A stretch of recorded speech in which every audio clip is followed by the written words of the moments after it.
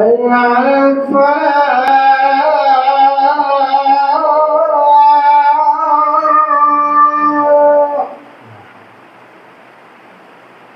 الله أكبر الله أكبر. لا إله إلا الله.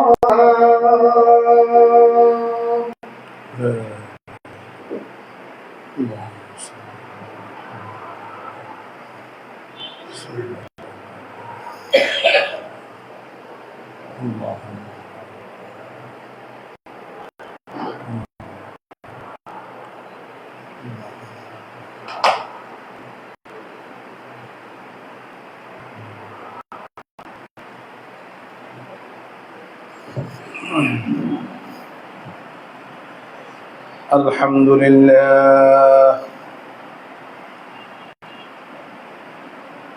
الحمد لله نحمده ونستعينه ونستغفره ونعوذ بالله من شرور أنفسنا ومن سيئات أعمالنا من يهدي الله فلا مضل له ومن يضلله فلا هادي له ونشهد أن لا إله إلا الله وحده لا شريك له وأشهد أن محمدا عبده ورسوله أرسله بالحق بشيرا ونذيرا وداعيا إلى الله بإذنه وسراجا منيرا وشر الأمور محدثاتها وكل محدثة بدعة وكل بدعة ضلالة وكل ضلالة في النار.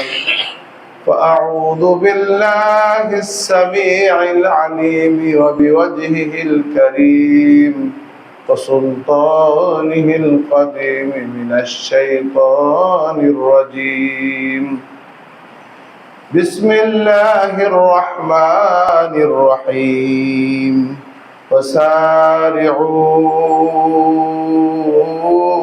إلى مغفرة من ربكم وجنات عرضها السماوات والأرض أعدت للمتقين الذين ينفقون في السراء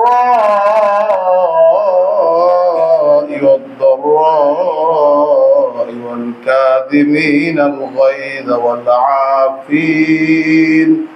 والعافين عن الناس والله يحب المحسنين. والذين إذا فعلوا فاحشة أو ظلموا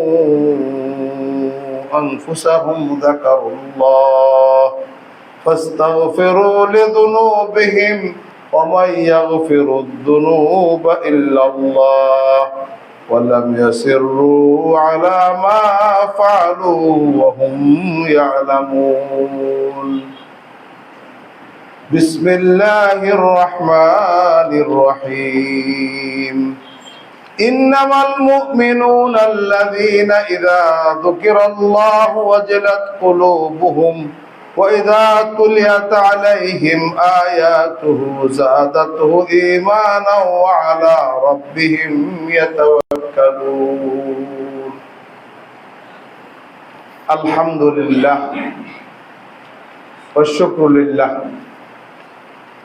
আল্লাহ রাব্বুল আলামিনের দরবারে অসংখ্য সেজদায় শুকর আদা করছি যে মহান মনিব আল্লাহ সুবহানাহু ওয়া তাআলা আমাদেরকে বছরের শ্রেষ্ঠ মাস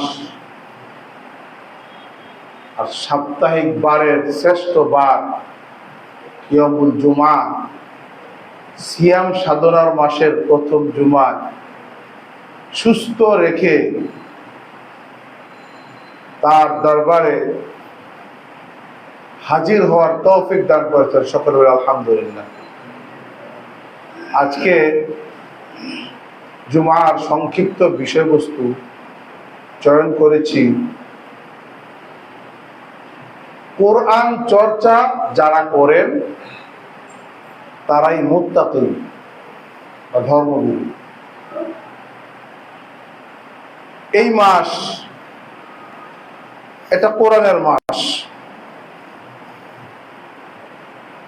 এই কোরআনের মাস, কোরআন অবতীর্ণের মাস। যাবতীয় আল্লাহর পক্ষ থেকে মানুষের জন্য যত প্রকার সুবিধা আছে, সব সুবিধা সন্নিবেশ ঘটেছে এই মাসে। আলহামদুলিল্লাহ।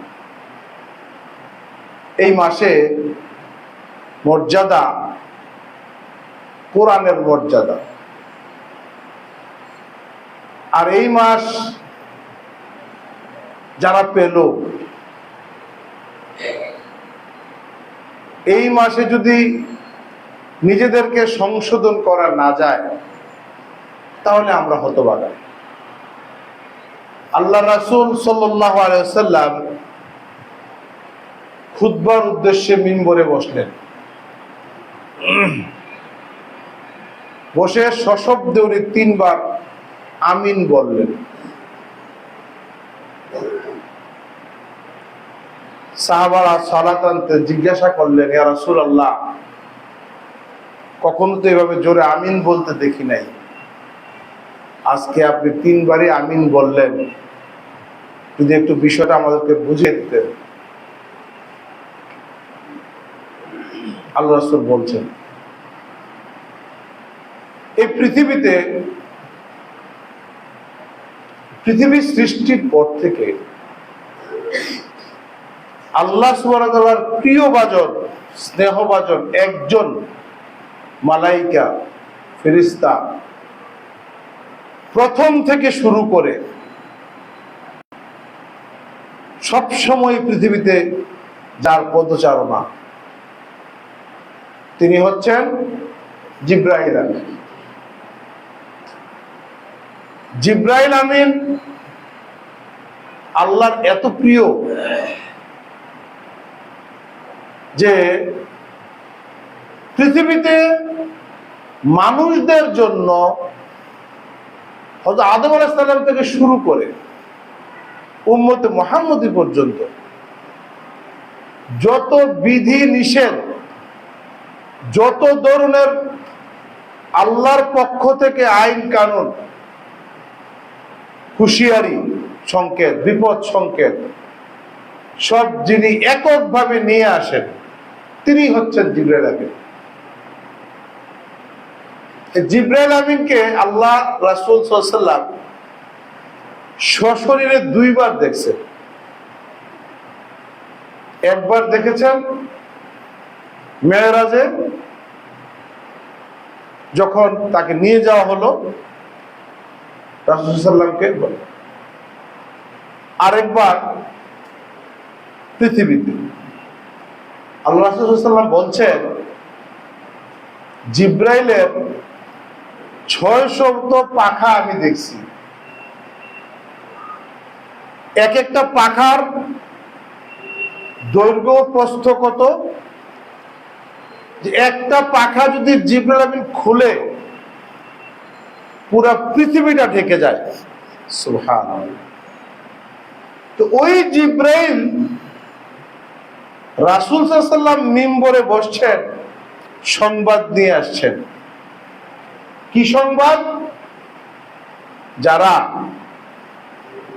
এই রোজার মাস পেল, সিয়ামের মাস পেল, নিজেদেরকে পরিশুদ্ধ করতে পারলো না, এই রমজানটাকে তার জীবনের শেষ সময় হিসাবে ইবাদত করে পাপ মুক্ত হতে পারলো না, তার প্রতি আল্লাহর পক্ষ থেকে লানত। রাসূলুল্লাহ সাল্লাল্লাহু আলাইহি ওয়াসাল্লাম বললেন আমিন। বিষয়টা একটু চিন্তা করে দেখুন তো, আমাদের দেশে প্রমাণিত খুনিকেও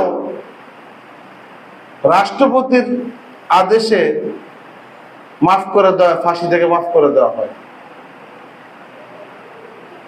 আর স্বয়ং মুহাম্মদুর রাসূলুল্লাহ জিব্রাইলের নির্দেশের উপরে আমিন বলা মানে এটা কি বোঝা গেল? যে আমাদের নবী, যিনি উম্মতের জন্য তার জীবনটাকে কুরবানি করলেন, এমনকি কিয়ামতের দিন প্রত্যেক নবী রাসূল যেখানে আত্মপক্ষ সমর্পণ করবে, ইয়া নাফসি ইয়া নাফসি বলবে, সেই সময় রাসূলুল্লাহ সাল্লাল্লাহু আলাইহি ওয়াসাল্লাম উম্মতের জন্য সিজদায় পড়ে থাকবেন। আর সেই উম্মতের ব্যাপারে যখন কঠিন হুঁশিয়ারি আসলো, তিনি বললেন আমিন। তার দেখুন এই বিষয়টা, যে আল্লাহর রাসূল সাল্লাল্লাহু আলাইহি ওয়াসাল্লাম যখন আমিন বলেছেন, আর আমরা যদি এই রোজার মাসে আমাদের যাবতীয় অপরাধগুলা, অন্যায়গুলা থেকে তওবা করে ফিরে আসতে না পারি, তাহলে আমরা হতভাগা। আল্লাহ সুবহানাহু ওয়া তাআলা সূরা ইমরানে বলছেন, 133, 34, 35 আয়াতগুলো তেলাওয়াত করেছি।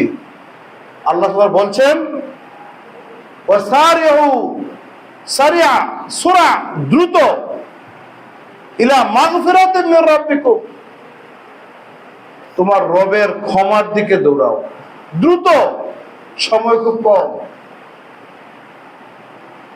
তার ক্ষমা কত?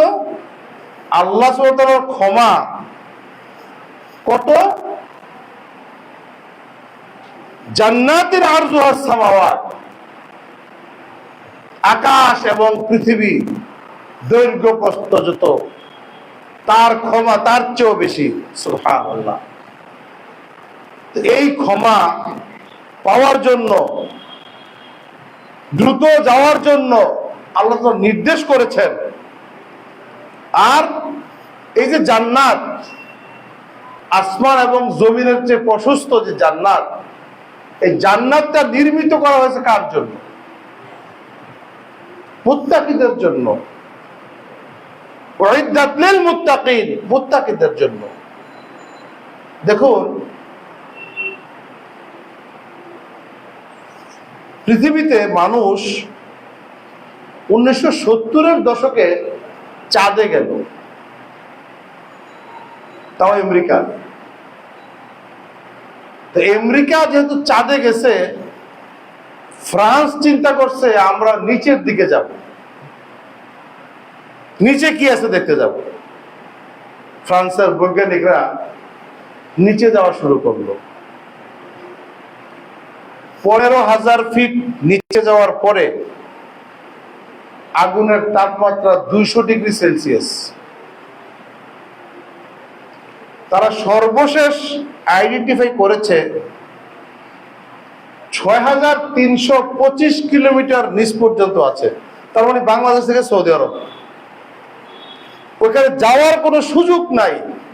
15,000 ফিটের পরে যাওয়ার কোনো সুযোগ নাই, শুধু আগুন আর হাহাকার। ইন্নাল মুনাফিকিনা ফি দারকিল আসফালি মিনান নার, আল্লাহ বলছেন মুনাফিকদের আবাসস্থল কোথায়? শুধু জাহান্নামে না, জাহান্নামের তলদেশে। আমরা ধরে নিতে পারি এইটাও কিন্তু জাহান্নামের তলদেশ। তো যেটা বলছিলাম, আল্লাহ সুবহানাহু ক্ষমা মুত্তাকিদের জন্যই। এখন মুত্তাকি কারা? তাকওয়া কাদের? আপনি দেখুন, আজকে আমাদের সময় হয়তো কুলাবে না আলোচনা শেষ করার জন্য। ধর্মভীরু কারা? যারা নিজের নফসের কৃতকর্মগুলা মনে মনে ধারণ করে এবং এই অন্যায়গুলো থেকে পরিত্রাণ পাওয়ার জন্য বিশুদ্ধ রাস্তা সিরাতুল মুস্তাকিম তালাশ করে, তারাই মুত্তাকি। আল্লাহ সুবহানাহু ওয়া তাআলার কাছে সবচেয়ে প্রিয় হচ্ছে পাপীর হাত। যে যত অন্যায় করেছে সে যখন হাত উঠায় আল্লাহ তাআলা খুব বেশি খুশি হন। আমরা সবাই জানি, আমরা এগুলি আলোচনা করার উদ্দেশ্য হচ্ছে আমাদের এখানে যারা আমরা আছি সবাই কম বেশি আমরা ঘটনাগুলো জানি, হাদিসের ঘটনাগুলা। বনি ইসরাইল সবচেয়ে বড় সম্প্রদায়। তাদেরকে আল্লাহ সুবহানাহু ওয়া তাআলা হযরত মূসা আলাইহিস সালামের মাধ্যমে যখন যা চাইছে তাই দিছে, ওরা কৃতজ্ঞতা ছিল না। এবং আবার যারা কৃতজ্ঞতা স্বীকার করেছে যে খুব ভালো মুত্তাকি হয়েছে। যেমন আপনার বনি ইসরাইলের এক মহিলা প্রতিটা মহিলা যে পেটের দায়ে বেশ্যাবৃত্তি করত, সেই মহিলা মরুভূমিতে যাচ্ছে, মরুভূমির খরতাপে একটা কুকুর জীবন মৃত্যুর সন্ধিক্ষণে ওই মহিলা চিন্তা করলো যে কঠিন রৌদ্রে গরমে একটা প্রাণী মারা যাচ্ছে, আমার জীবনে তো কোনো ভালো কাজ আমি করি নাই, তারপরেও দেখি এই প্রাণীটাকে বাঁচানো যায় কিনা। বহু কষ্ট করে পানির সন্ধানে গেলেন এবং কূপের মধ্যে পানি দেখলেন। কূপ থেকে পানি তোলার মতন সাহস কারোরই হতো না, এত গভীর ছিল। ওই মহিলা চিন্তা করলো যে আমার জীবন আর মৃত্যুতে কি, আমার কাছে কোনোটা আপেক্ষিক বিষয় নয়। ওই মহিলা নিজে কূপে নামলেন, নিজের ব্যবহৃত মোজা দিয়ে একটু পানি উঠালেন, পানিটা খুব কষ্ট করে উঠিয়ে আশা কুকুরের কাছে যখন আসলো দেখলো যে কুকুরটা প্রায় মৃত। জিহ্বার মধ্যে একটু পানি দিল, কুকুরটা চোখ খুললো এবং তৃষ্ণার্ত কুকুর পানি পেয়ে কুকুরের চোখ দিয়ে পানি অজস্র দ্বারা ঝরতে থাকলো। আল্লাহ রাসূল সাল্লাল্লাহু আলাইহি ওয়াসাল্লাম বলছেন এই কারণেই এই মহিলাকে আল্লাহ সুবহানাহু ওয়া তাআলা জান্নাতে ঘোষণা দিয়েছেন। সুবহানাল্লাহ। এবার আজকে আসুন, আমাদের দেশে, আমাদের সমাজে, এই পৃথিবীতে এখন জেনা ব্যভিচার ঘোষিত হয়ে গেছে। আমরা কিছুদিন আগে দেখছি যখন শত্রুতাবের শেষ পর্যায়ে পৌঁছে একজনের কুকর্মের ভিডিও ফাঁস করে দেয়। এটাও কিন্তু অন্যায়, কিন্তু হচ্ছে, অন্যায়গুলো হচ্ছে।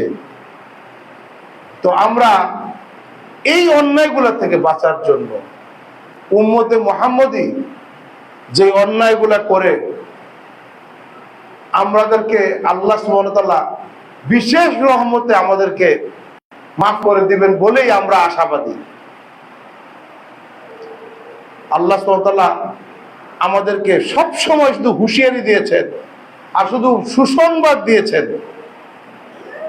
আমরা আরো জানি বনি ইসরাইলের আরেকজন লোক যিনি 100 হত্যাকাণ্ড ঘটিয়েছেন, তারপরও তার যখন ভিতরের মধ্যে অনুশোচনা আসলো, অনুশোচনা আসার পর সে কি করলো, ভালো হওয়ার রাস্তা খুঁজতে শুরু করলো।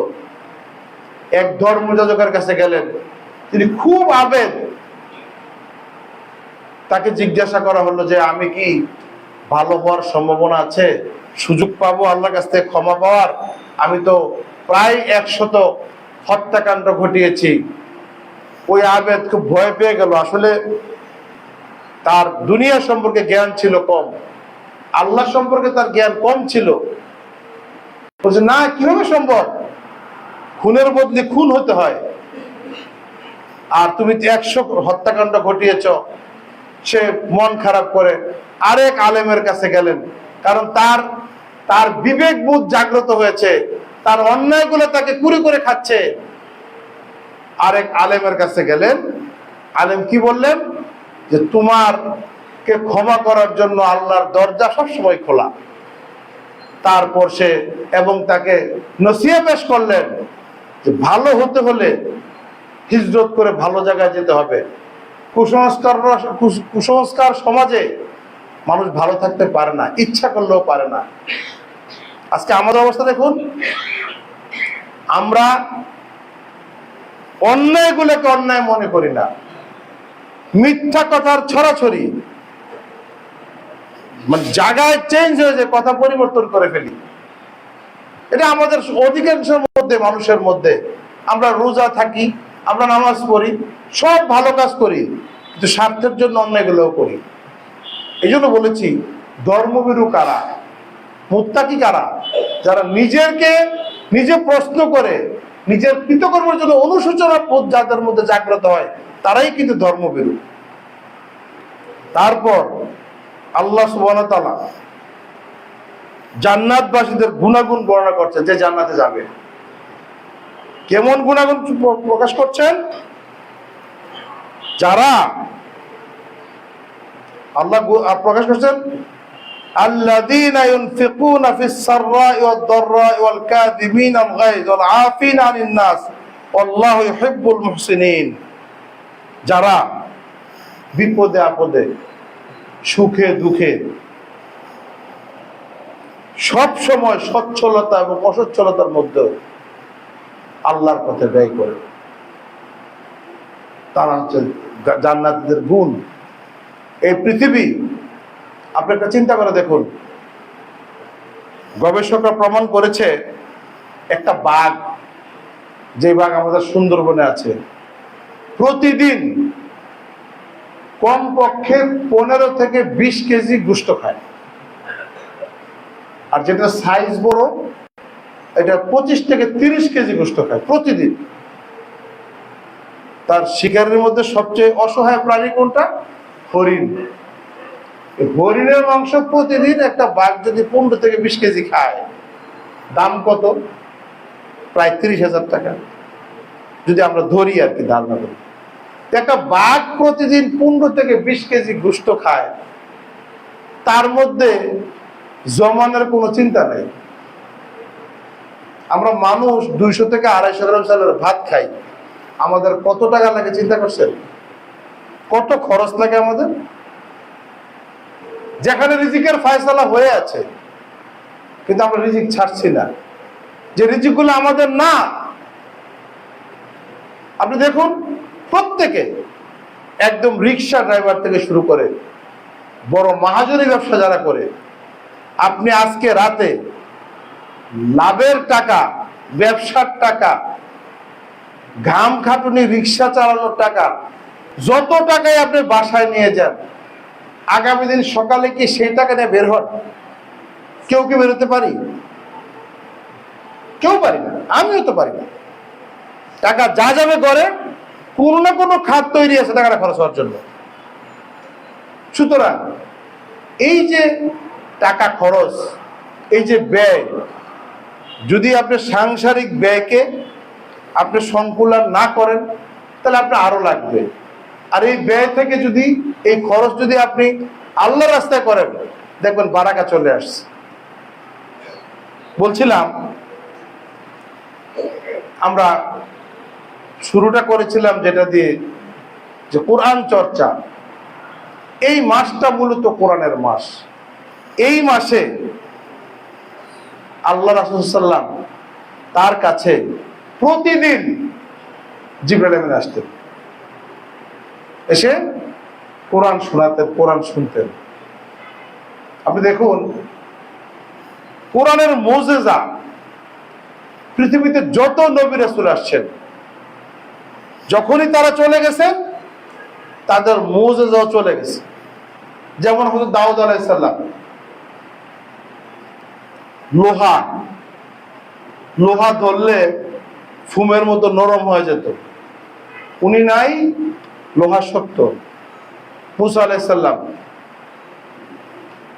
ঈসা আলাইহিস সালাম, প্রত্যেকের যে মুজিজাগুলো ছিল, তারা চলে গেছেন, মুজিজা নাই। একমাত্র নবী মুহাম্মদুর রাসূলুল্লাহ সাল্লাল্লাহু আলাইহি সাল্লাম, তার যে মুজিজা কোরআন, এটা আমাদের জন্য রেখে গেছেন।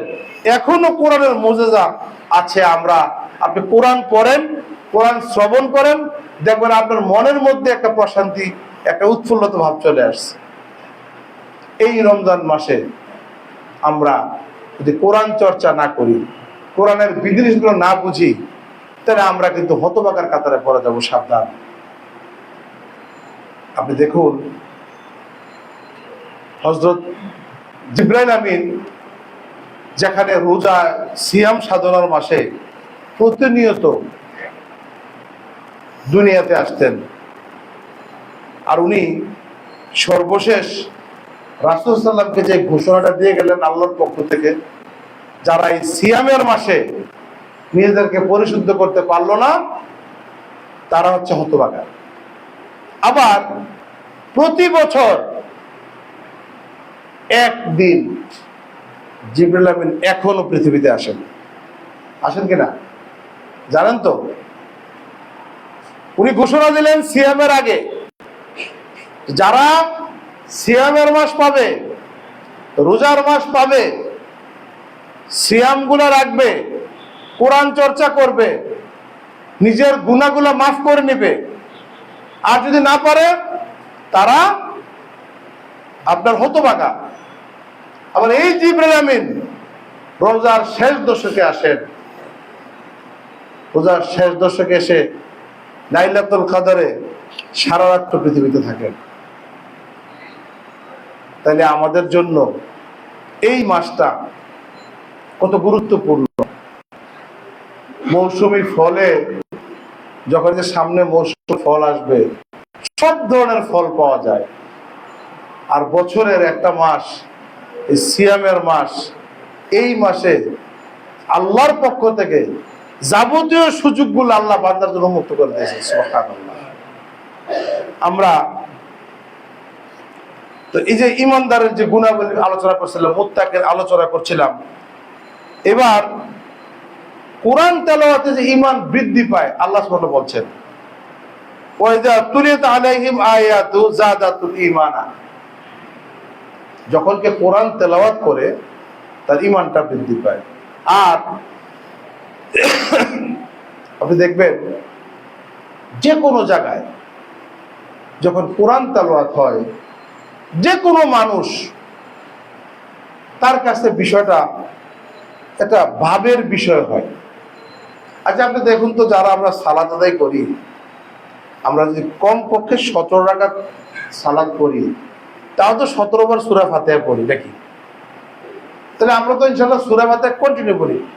একবার কি একটু বিরক্ত লাগছিল যে না, আজকে অর্ধেকটা করে ছেড়ে দিই? নিজে চিন্তা করে দেখেন, আমরা তো একটা তরকারি, একটা ভালো জিনিস বারবার খাইলে মজা লাগে না, তাই না? সূরা ফাতিহা যেটা শিফা, আমরা এত সূরা ফাতিহা পড়তেছি, একবার কি মনে হলো তোর অসহ্য লাগে, একটা ছেড়ে দেই? হয়েছে কেন? হয় না।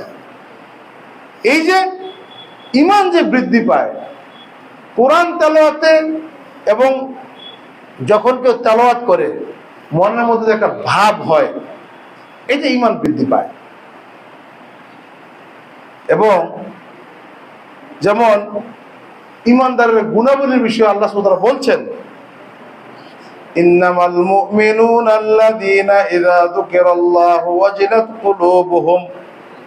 যখন কোন মুমিনের সামনে আল্লাহর কালাম, আল্লাহর কথা, আল্লাহর নাম উচ্চারিত হয়, তখন তাদের অন্তরগুলো আল্লাহর ভয়ে কেঁপে ওঠে। এত সুযোগগুলা আল্লাহ সুবহানাহু ওয়া তাআলা বান্দাদের ব্যবস্থা করে দিলেন। আর এই সুযোগগুলা, আল্লাহর নির্দেশগুলা আসলো কবে? এই রমজান মাসে, সিয়াম সাধনার মাসে। সুতরাং কোরআন চর্চার সাথে সিয়ামের মাসের, এই রোজার মাসের একটা গভীর সম্পর্ক। এই সম্পর্কটা, এক মাস সম্পর্কটা যত গভীর হবে, পরবর্তী 11 মাস এই সম্পর্কের উপরেই চলবে। আল্লাহ সুবহানাহু বলছেন, ওয়া আম্মা মান খাফা মাকাম রাব্বিহি ওয়া নাহান নাফসা আনিল হাওয়া ফা ইন্নাল জান্নাতা হিয়াল মাওয়া। যে ব্যক্তি তার রবের সামনে উপস্থিত হওয়ার ভয় রাখে, আমরা কি উপস্থিত না হয়ে কেউ পারবো রবের সামনে? সুযোগ আছে? একটা প্রাণীর সুযোগ আছে? কারো সুযোগ আছে? নাই।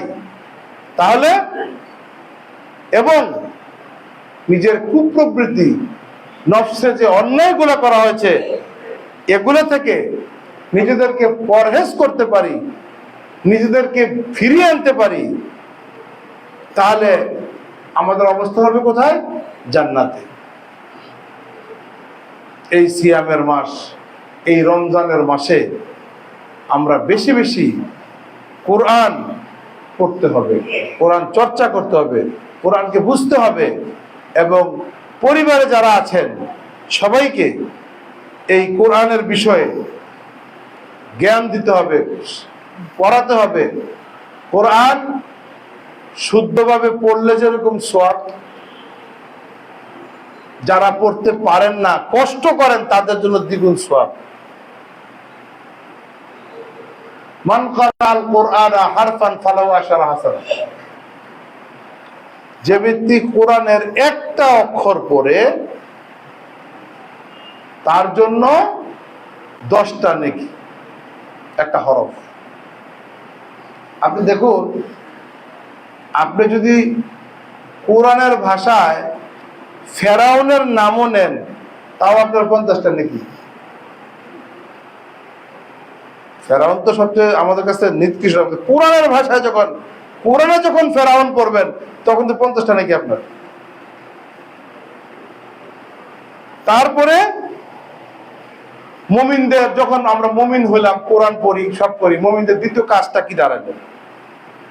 আল্লাহ তাআলা বলেন, আল্লাযীনা ইউকিমুনাস সালাত ওয়া মিম্মা রাযাকনাহুম ইউনফিকুন।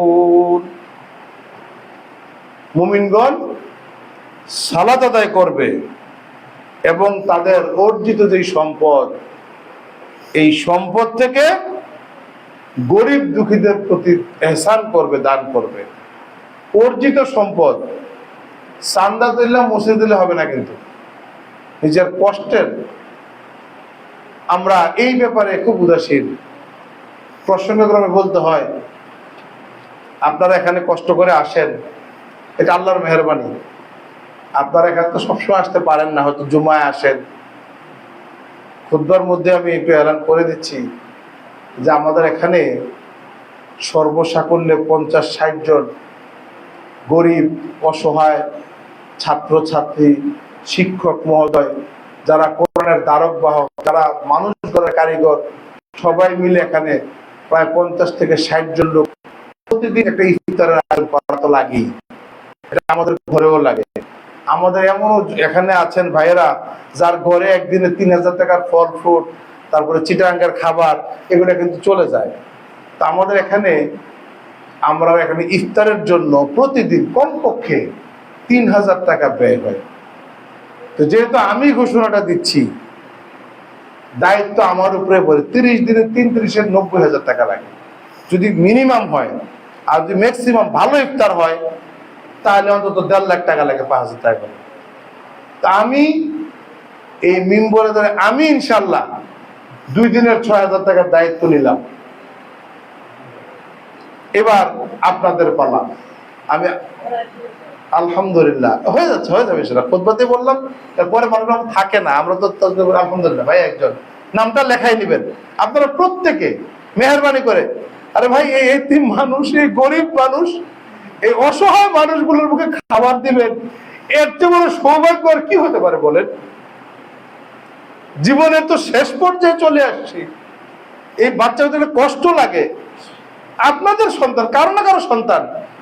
তো আল্লাহর হস্তে অন্তত এই এতিমদের ইফতারের বিষয়ে, ইফতারের সওয়াবের বড় আজকে নাই করলাম। আমি আশা করব খুতবার শেষে আপনারা মেহরবানি করে যার যত সম্ভব অন্তত একটা দিন ইফতারের ব্যবস্থা সবাই করে দেবেন ইনশাআল্লাহ। তো এই যে বলছিলাম যে আপনাদের এই 2টা কাজ মুমিনগণের, যে তারা সালাত আদায় করবে আর দান খয়রাত করবে, তার কষ্টার্জিত দানগুলা আল্লাহ কবুল করবে ইনশাআল্লাহ। আমরা বলছিলাম যে কোরআন চর্চার যে বিষয়, আল্লাহ রাসূল সাল্লাল্লাহু আলাইহি ওয়াসাল্লাম তার কাছে একবার এই নবী সাল্লাল্লাহু আলাইহি ওয়াসাল্লাম ইবনে মাসউদকে বললেন, তুমি আমাকে একটু তেলাওয়াত করে শোনাও। যার স্বয়ং আল্লাহ রাসূল সাল্লাল্লাহু আলাইহি ওয়াসাল্লামকে আল্লাহ রাসূল সাল্লাম ইবনে মাসউদ বলছে, তুমি আমার কাছে করে শোনাও। তো আব্দুল্লাহ ইবনে মাসউদ বলছেন, ইয়া রাসূলুল্লাহ, আপনাকে তেলাওয়াত শোনাবো? আপনার উপরে তো কোরআন নাজিল হয়েছে, আমি তেলাওয়াত শোনাবো আপনাকে? নবীজি বলছেন যে আমার মনে চাচ্ছে তুমি একটু তেলাওয়াত করো, আমি একটু শুনি, আমি তো পড়ি শুনি। আব্দুল্লাহ ইবনে মাসউদ সূরা নিসা তেলাওয়াত করতেছিলেন এবং পড়তে পড়তে যখন এই আয়াত পড়তে আসলেন, ফাকাইফা ইযা জিনা মিন কুল্লি উম্মাতিন বিশাহিদ ওয়া জিনা বিকা আলা ওয়ালা আশাহিদ। আল্লাহ রাসূল বলছে, যখন এই আয়াতটা যখন পড়ছেন আব্দুল্লাহ ইবনে মাসউদ, দেখতেছেন আল্লাহ রাসূল সাল্লাল্লাহু আলাইহি ওয়াসাল্লামের চোখ বেয়ে পানি পড়তেছে। কেন? তাকে সাক্ষী করা হবে যে আয়াতে হচ্ছে যে যখন আমি প্রত্যেক উম্মত থেকে একজন সাক্ষী উপস্থিত করব, হে নবী, আমি তোমাকে ওইসব লোকের বিরুদ্ধে সাক্ষী রূপে উপস্থিত করব। অর্থাৎ আমাদের কর্মের জন্য আল্লাহ সুবহানাহু ওয়া তাআলা তার নবীকে সাক্ষী উপস্থাপন করবেন। যে নবী আমাদের জন্য এত আল্লাহর কাছে দোয়া করলেন, আমরা আজকে এত সুখ স্বাচ্ছন্দ্য জীবন ভোগ করছি, সবই আল্লাহ রাসূলের দোয়া। আপনি চিন্তা করে দেখুন, আমি আরেক খুদ এখানে বলছিলাম যে মুসআব এত বড় লোকের সন্তান ছিলেন, উনি যেই কাপড় একদিন পরতেন পরের দিন পরা দরকার হতো না। উনি যখন সুগন্ধি মারতেন 3 মাইল দূর থেকে তার সুগন্ধির গন্ধ আসতো। ইসলাম গ্রহণ করার পর, মুসআব মৃত্যুবরণ করার পর, তার পরনের কাপড়টায় মাথা রাখলে পা খোলা থাকতো, পা রাখলে মাথা খোলা থাকতো। রাসূল সাল্লাল্লাহু আলাইহি ওয়াসাল্লাম বলছে, তার মাথাটা খুলে রাখো, মাথাটা ঢেকে দাও, পা গুলা ঘাস দিয়ে দাও।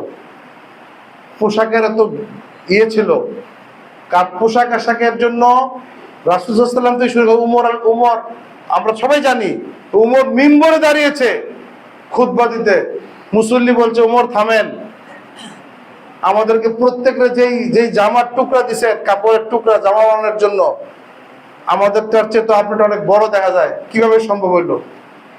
উমরের ছেলে বললেন কি, থামো, আমারটা সহ দিয়ে আমার বাবাকে জামাটা বড় করে বানিয়েছি, উনি আমিরুল মুমিনিন।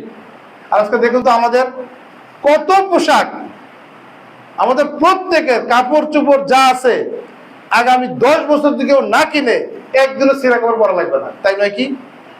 তারপরেও দেখেন মার্কেট শুরু হয়ে গেছে কেনাকাটা, কত কিনছি। এগুলি কম করি, কেনাকাটা কম করি, এগুলি আল্লাহর রাস্তায় ব্যয় করি, এতিম গরিবদেরকে দেই, অসহায় মানুষদেরকে দেই, তাতে করে নিজের সম্পদ বাড়লো, পরকালের সম্পদটা বাড়লো, সঞ্চয়টা বাড়লো। এখন কিনে দিবে আত্মীয়রে, মেয়ের বাড়িতে পাঠাবেন, বিয়ের বাড়িতে পাঠাবেন, এগুলো সাময়িক খুশি। নেওয়ার পরে বলবে, ভাই কি দরকার ছিল আনার, আমরা তো আছেই। মেয়েও বলবে, বাবা কি দরকার ছিল, আমরা তো শাড়ি আছেই, বলবে না? সবাই বলে। এটা কমান, যেখানে দেন এটা আপনার থাকবে। দান খয়রাত করলে দুনিয়ায় বারাকা বাড়ে আর পরকালের জন্য জমা থাকে। তো এরপরে আপনি মনে করেন এই মাদ্রাসা কেন, আপনার যারা আহল আছে, আপনার যারা অসহায় ভাই বোন আছে, প্রত্যেকের মধ্যে এহসান করেন। আমরা কিন্তু এখন খুব কাঞ্জুস হয়ে গেছি, কেউ কারোর খবর নিচ্ছি না। এই জন্য যদি কোরআন চর্চা করি, একটা হাদিসে আসছে আল্লাহ সাল্লাল্লাহু আলাইহি ওয়াসাল্লাম বলছেন, কিয়ামতের দিন এক হাফেজকে বলা হবে তুমি কোরআন পড়ো, আর কোরআনকে বলা হবে তুমি উপরের দিকে ওঠো। হাফেজ সাহেবের পড়া যেখানে শেষ হবে ওখানে কোরআন থামবে, এইটাই তার জান্নাত। সুবহানাল্লাহ। তো আমরা আপনাদেরকে আহ্বান করব যে অন্তত এই রোজার মাসে যেখানেই সালাত আদায় করেন কমপক্ষে আসরের পর থেকে মাগরিবের আগে আধা ঘন্টা 1 ঘন্টা কোরআন নিয়ে বসেন। যে পারেন যে পারেন না দুইজন মিলেই বসেন, একজন পড়েন একজন শুনেন। এটা কোরআনের মাস, কোরআন নাজিলের মাস, এটা রহমতের মাস। এই মাসে যেই রহমত যেই বরকত রোজা রাখতে চলে যাবে, আইয়ামা মাদুদাত, অল্প কিছু সময় তার চলে যাবে, কিন্তু চলে যাচ্ছে। আজকে 2টা হয়ে গেছে, অপেক্ষায় ছিলাম। সুতরাং এই কোরআনকে আমরা যথাযোগ্য মর্যাদায় যদি আমরা শ্রবণ না করি, কোরআনের বিধিনিষেধ যদি না মানি, আপনি একটা চিন্তা করে দেখুন, এই যে রোজার মাসে যদি আমরা নিজেদেরকে পরিশুদ্ধ করতে না পারি তাহলে আমরা হতভাগা। আর আল্লাহ সুবহানাহু ওয়া তাআলা বলছেন আমাদেরকে কত মহান, তিনি আমাদেরকে কি উৎসাহ দিয়েছেন। আল্লাহ সুবহানাহু ওয়া তাআলা বলছেন কি, قل يا عبادي الذين أسرفوا قل يا عبادي الذين أسرفوا على أنفسهم لا تقنطوا من رحمة الله إن الله يغفر الذنوب جميعا إنه هو الغفور الرحيم। আল্লাহ কত মেহেরবান।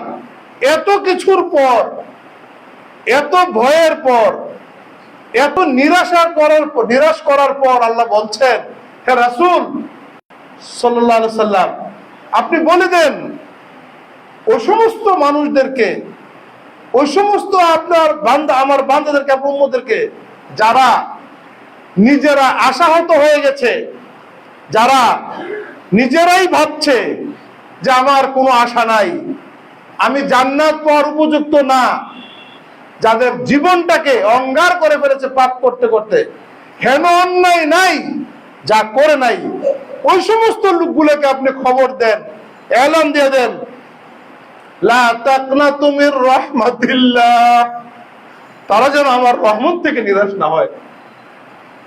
চিন্তা করা যায়,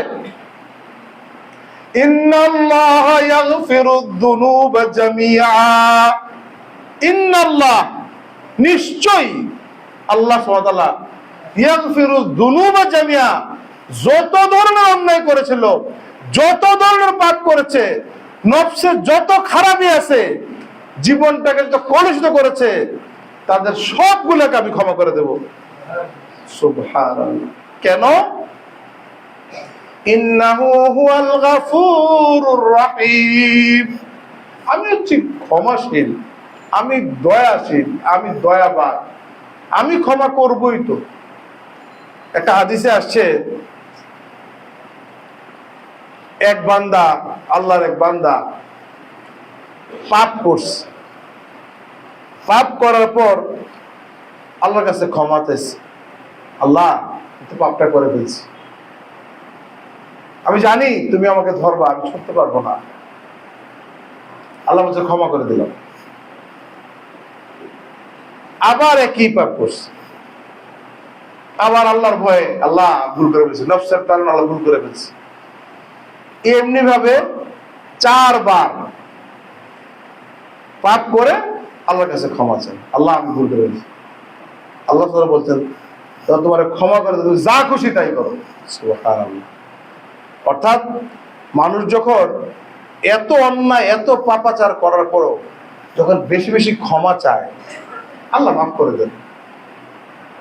কেউ নিরাশ হওয়ার সুযোগ নাই, হওয়ার দরকার নাই। আর মুমিন কখনো নিরাশ হয় না। কে আছে বলেন তো পাপ ছাড়া? পৃথিবীতে যদি মানুষ পাপ না করতো তাহলে এই মানুষ সম্প্রদায় আল্লাহ রাখতো না। এই ফেরেশতারা তো বলছে যারা পাপাচার করবে, তারা ফাসাদ করবে, আল্লাহ বলছেন কিন্নী আলামু আলা তাআলামুন, আমি যা জানি তোমরা তো জানো না।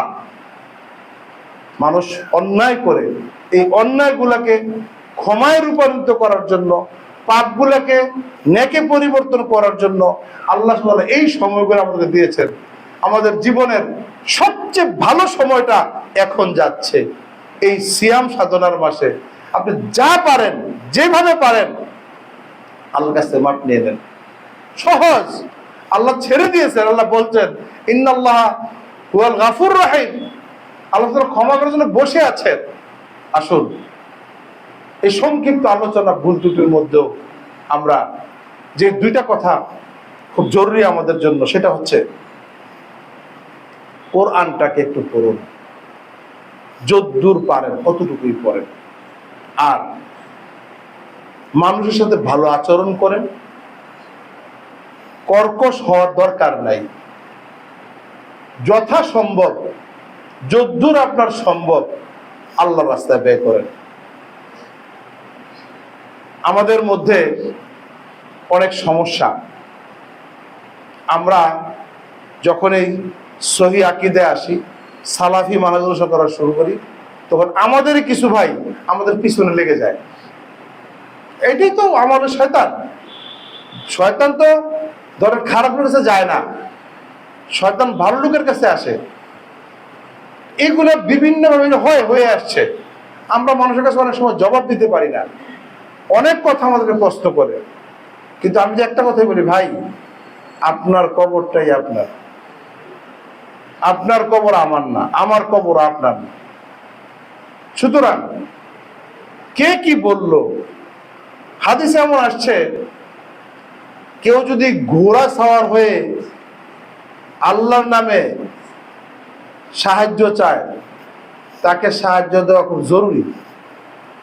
অথচ ঘোড়া দিয়ে বলা উদ্দেশ্য হচ্ছে সে পয়সাওয়ালা, মানে আমার চেয়ে ভালো অবস্থান, সচ্ছল। কিন্তু যখন সে আল্লাহর নামে চাবে, তাকে দিতে হবে। আমরা এই প্রতিষ্ঠানটা নিয়ে আপনাদেরকে বললাম, বিশেষ করে মসজিদটা আলহামদুলিল্লাহ ছাদ ঢালাই হয়ে গেছে, আপনাদের কষ্টের যেটা পয়সা দিয়ে এটা হচ্ছে। সবাই মিলে আমরা এই বিষয়গুলো খেয়াল রাখবো। আমার আলহামদুলিল্লাহ এই মাসে আমাদের ছাত্রজনক ভর্তি হয়েছে। আমরা যাই শিখলাম, যাই করলাম না করলাম, আমাদের সন্তানগুলো অন্তত দিনী শিক্ষার পরিবেশে দিন শিখাইতে পারি। আপনি উদাহরণ দিতেই হচ্ছে, আমার আপন মামাতো ভাই দুইটা ছেলে ঢাকাতে হেফজ পড়েছে, মাশাআল্লাহ ভালো। হেফজ পড়ার পরে এখন ওই যে হানাফি তো রেখে পড়ছে, তো এখন আর আমাদের মতো না, হানাফি হয়ে গেছে এবং ওইখানে পড়তেও চাচ্ছে না। শেষ পর্যন্ত আবার আমাদের কুমিল্লার মার্কাজে এসে নতুনভাবে ভর্তি করানো হয়েছে। বাচ্চাদেরকে যদি প্রথমে যদি ছোটবেলায় তাদেরকে তাওহীদটা না বোঝানো হয়, তাদের আখলাকটা যদি ভালো না হয়, পরিশুদ্ধ না হয়, আপনি যত চেষ্টাই করেন পরবর্তীতে হয় না, করা যায় না। এই জন্য শিক্ষার পরিবেশটা আমাদের আলহামদুলিল্লাহ সুন্দর। আমরা আরো চেষ্টা করছি উত্তর বৃদ্ধি করার জন্য। আপনাদের সার্বিক সহযোগিতা যেহেতু চলছে, আপনারা এটাতে খেয়াল রাখবেন এবং সর্বোপরি নিজেদেরকে পরিশুদ্ধ করার জন্য আপনার দানের হাতটা বাড়াবেন। কারণ দান এমন একটা পাওয়ার, আল্লাহর রাগ কমে যায়। সুবহানাল্লাহ। আচ্ছা বলেন, আল্লাহ কারোর রাগ করে তার আর কিছু থাকে? কিন্তু আল্লাহ বলছেন যে কেউ দান করে আল্লাহ রাগ কমে যায়, রাসূলুল্লাহ বলেছেন। এবং কোন দান আপনার নিয়ত যদি খালেস হয়, কাউকে দেখানোর জন্য না, আল্লাহ দানটা ডান হাতে নেন এবং এই দানের এই সম্পদের ব্যবসা করেন, কিয়ামতের দিন তাকে এটার ব্যবসা লাভ যা হয়েছে সব আল্লাহ তাআলা নিজ হাতে দিবেন। সুবহানাল্লাহ। সর্বোপরি আমাদের এই সিয়াম আল্লাহ কবুল করুক। আমরা যারা যেখানে যে অবস্থা আছে, আমাদের অনেক হাজাত আছে, আল্লাহ আমাদের সবাইকে বিশেষ করে রমজান মাসের উসিলায় আমাদেরকে সুস্থ রাখুন, আমাদের রুজিতে বরকত দিবেন ইনশাআল্লাহ। এবং আমাদের যে কাজটা হলো, আমরা কোরআন চর্চা করব এবং বেশি বেশি তাসবিহ তাহলিল পড়ব, সালাত আদায় করব, নফল আদায় করব এবং দান খয়রাতে মনোনিবেশ করব ইনশাআল্লাহ।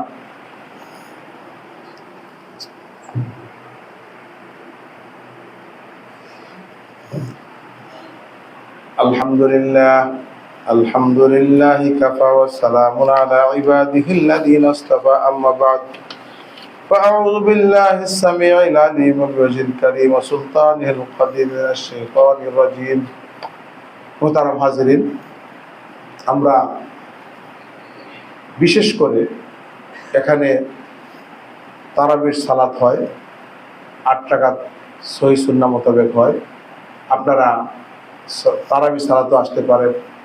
এবং সর্বোপরি নিজে নিজে চিন্তা করে নিজের অন্তরটাকে, নিজের নফসটাকে পবিত্র করার জন্য যত বেশি নরম হওয়া যায়, যত কম কথা বলা যায়, যত যুক্তি কম দেখানো যায়, তত মঙ্গল। আমাদের একটা সমস্যা হচ্ছে কি, আমরা যারাই সালাফি মানহাজে আসছি, চেষ্টা করছি, আমরা অতিরিক্ত প্রশ্ন করি। বনি ইসরাইল অতিরিক্ত প্রশ্নের জন্য অনেক বিপদে পড়ছে। প্রসঙ্গক্রমে বলি, সূরা বাকারা সবচেয়ে বড় সূরা কোরআনের। এটা বাকারা দিয়ে নাম দেওয়া হয়েছে, গাবি দিয়ে নাম দেওয়া হয়েছে কেন? চুম্বক অংশটা বলি, চাচাকে বাইশটা মেরে ফেলছে বনি ইসরাইলের যুগে। তো নিজের দায় মুক্ত হওয়ার জন্য এই চাচার লাশটাকে আরেক বাড়িতে নিয়ে বাড়ির সামনে রেখে আসে, ওকে আসামি বানানোর জন্য, মুসা আলাইহিস সালামের আমলে। এখন এই বিচার কেমনে করবে? খুনিকে তো পাওয়া যায় না। আল্লাহ বললেন, মুসা তাদেরকে বললো কি গাভী কুরবানি করতে। তারা প্রশ্ন করলো কি, গাভী কি কোন রঙের হবে, বয়স কত হবে? শেষ পর্যন্ত আল্লাহ কি বলছেন? হলুদ রঙের। এবার খুঁজে বের করো। প্রশ্ন বেশি করলে যা হয়। তো আমরা কথাটা এই জন্য বললাম, আমরা অনেক প্রশ্ন করি, এত প্রশ্ন করার দরকার নেই। আপনি যত কম বুঝবেন, হিসাব আপনার কম। সেটা নেহাত প্রয়োজন, এটা বোঝার দরকার। বিশেষ করে যে ইলেকশন নিয়ে, যে আমাদের গণতন্ত্র কুফরি, আর গণতন্ত্র বুঝতে হবে তো আপনাকে। রাজতন্ত্র ভালো, আপনি যাবেন কোথায়? আপনি ভোট তো কারণ দেওয়া দরকার। আপনি যদি আপনি গণতন্ত্র পছন্দ না করেন, তাহলে গণতন্ত্র যদি সরকারের এই দেশের বাসিন্দা, তো আপনি থাকবেন না, রোহিঙ্গা হয়ে যাবেন। আপনি না মানলে তো আপনি এই দেশের নাগরিক হতে পারবেন না। আরেকটা বিষয় হচ্ছে, দেখেন, এই যে আপনি গণতন্ত্র কুফরি, আপনি 100% তো গণতন্ত্র, মানে মানুষ তো ভোট দেয় না, ভোট 100% দেয়, 40-50%, তার বাকি 50% বাকি থাকলো না, তোরা তো গণতন্ত্রের বাইরে চলে গেল। এই সমস্ত বিষয়গুলো নিয়ে, ছোটখাটো বিষয় নিয়ে অনেক বেশি প্রশ্ন, কোনো দরকার নেই প্রশ্ন করার। আল্লাহ আমাদের সবাইকে হেফাজত করুন। এই সিয়ামের মাসে আমরা সর্বোচ্চ পর্যায়ে যাতে আমরা ইবাদতে মশগুল থাকতে পারি, সে তৌফিক দান করুন। আল্লাহুম্মা আমিন। রব্বানা যালামনা আনফুসানা ওয়া ইল্লাম তাগফির লানা ওয়া তারহামনা লানাকুনান্না মিনাল খাসিরিন। ربنا آتنا في الدنيا حسنة وفي الآخرة حسنة وقنا عذاب النار. اللهم اغفر لنا وارحمنا ببركة شهر رمضان. اللهم اغفر لنا وارحمنا ببركة صيام رمضان. اللهم اغفر لنا وارحمنا ببركة قيام رمضان. اللهم اغفر لنا وارحمنا ببركة تلاوة القرآن. اللهم أعز الإسلام والمسلمين وانصر المجاهدين في كل مكان. وانصر المجاهدين في فلسطين يا رب العالمين. ربنا آمنا فاغفر لنا ذنوبنا وكفر عنا سيئاتنا وتوفنا مع الأبرار. اللهم إني ظلمت نفسي ظلما كثيرا ولا يغفر الذنوب إلا أنت فاغفر لي مغفرة من عندك وارحمني إنك أنت الغفور الرحيم. سبحان ربك رب العزة عما يصفون وسلام على المرسلين والحمد لله رب العالمين. يا أيها الناس قوموا للصلاة.